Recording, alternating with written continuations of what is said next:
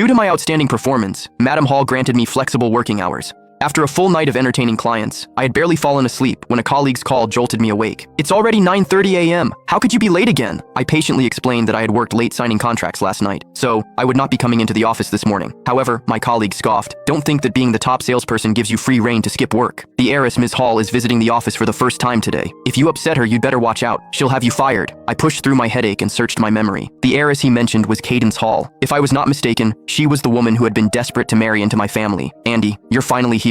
The guy at the reception winked at me when he saw me. Then, he spoke to me in a low voice. "The company's heiress is back. Bill Rosman won't be easy to deal with today." "What happened? Isn't she currently overseas?" I asked. The company's heiress, Cadence Hall, was the company's CEO, Madam Hall's only child. But in the 6 months since I joined the company, she had not shown even up once. She claimed she was studying abroad. "You didn't know? Madam Hall had a sudden heart attack last night and is in the ICU. She hasn't regained consciousness yet." The front desk guy started gossiping. "The Hall family rushed their eldest daughter back from abroad overnight. They say she'll temporarily take over managing the company. She's at the airport now and will be here any minute." My heart skipped a beat. Madam Hall? In the ICU? I had just run into her at the office yesterday afternoon. I pulled out my phone, intending to call Madam Hall's assistant to ask about the situation. A sarcastic voice sounded behind me. Well, our top salesperson finally decided to show up for work?" I turned to see Bill Rosman standing there, arms crossed, and wearing a mocking expression. He was dressed in a flashy pink haute couture suit today, the scent of his cologne so strong it was almost choking. "I thought that since you have signed a big deal, you would ignore company rules now. And you dare show up late on the day the company's heiress is making her first inspection tour? That takes some nerve." When I first joined the company,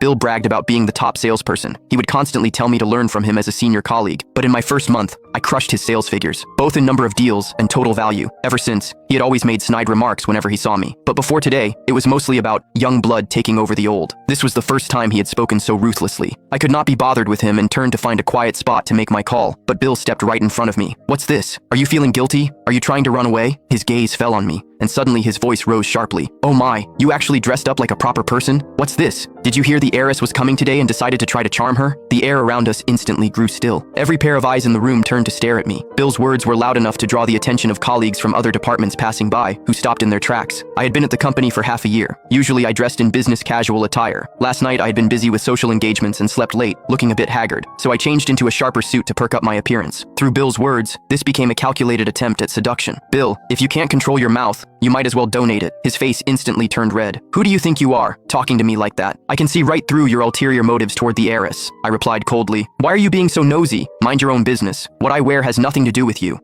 Also, Madam Hall has allowed me to work flexible hours. If you have an issue with that, go straight to the ICU and discuss it with her." With each word, Bill's expression darkened.